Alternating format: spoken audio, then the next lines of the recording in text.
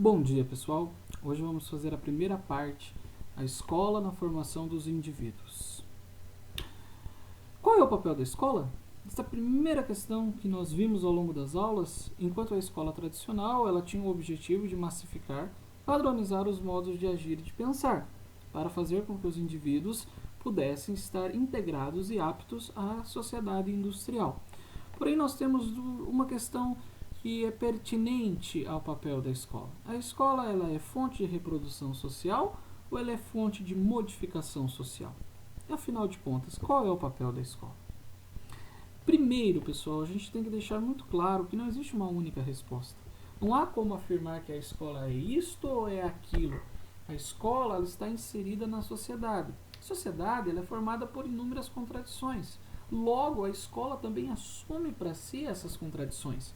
Portanto, a escola, dependendo do contexto, dependendo do ambiente, dependendo da época em que ela é estudada, ela pode ser tanto fonte de reprodução social, reprodução das desigualdades sociais, quanto fonte de transformação da sociedade.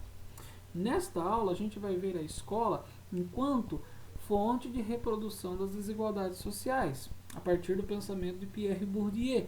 Mas é um pensamento e é uma forma de ver a escola dentro de um contexto, dentro de uma realidade. Tá? Na próxima aula, nós vamos ver a escola como fonte de transformação da sociedade. Então, tudo isso deve ser levado em consideração a partir de um determinado contexto, a partir de uma determinada realidade. Tá? Então, o Bourdieu ele vai dizer assim, que a escola tem a função de legitimizar, reproduzir os interesses das classes dominantes, sejam elas quais forem. Qualquer que seja a classe que esteja dominando a sociedade naquele contexto, naquele momento, a escola vai reproduzir os seus interesses. Então, a escola vai fazer com que a classe dominante, naquele contexto, naquele momento histórico, vai impor à classe dominada os seus interesses, os seus conteúdos, aquilo que esta classe dominante considera como sendo mais significativo e mais relevante. E assim sendo, a escola é um meio de reprodução das desigualdades sociais. E o que o Bourdieu vai trabalhar para dar legitimidade a essa visão de escola? Ele vai dizer que ocorre na escola, neste modelo, um arbitrário cultural. O que seria esse arbitrário cultural? Esse arbitrário cultural é a prática de selecionar os conteúdos esses que serão transmitidos aos alunos, mas que esses conteúdos correspondem à cultura da classe dominante. Então, a classe dominante seleciona cultura, seleciona conteúdos que lhes são próprios, que lhes são significativos e impõe aos demais alunos. E impõe a todos os alunos.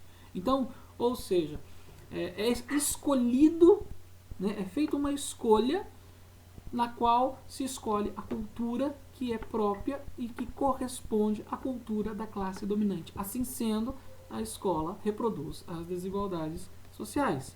Outra questão, a escola ela acaba fazendo o quê? Ela acaba favorecendo determinados segmentos sociais em detrimento de outros.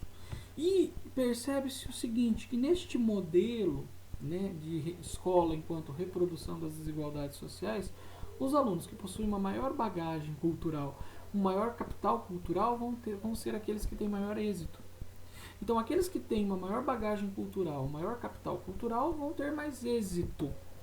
Porque não se leva em consideração que dentro de um ambiente escolar existem bagagens culturais diferentes, existem capitais culturais diferentes.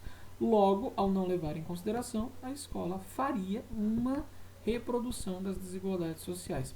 Aqui tem que deixar muito claro que isso é a visão do Bourdieu e que, vejam bem, o capital cultural pode interferir, mas não determina. Hoje nós já sabemos, nós podemos fazer essa crítica. O capital cultural interfere, mas não determina o êxito do aluno na sua vida escolar.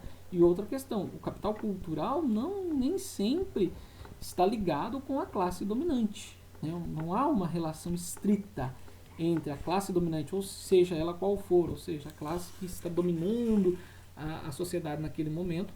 Não há uma relação estrita entre classe dominante e bagagem cultural, né? São coisas que influenciam o êxito do aluno na vida escolar, mas que não determinam o êxito do aluno na vida escolar.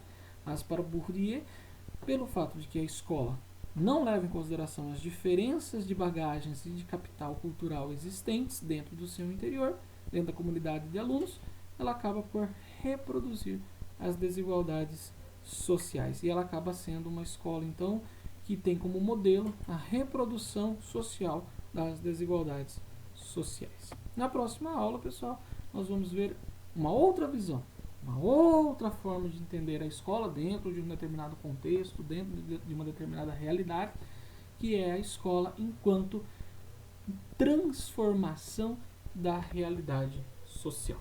Ok? Nos vemos numa próxima aula.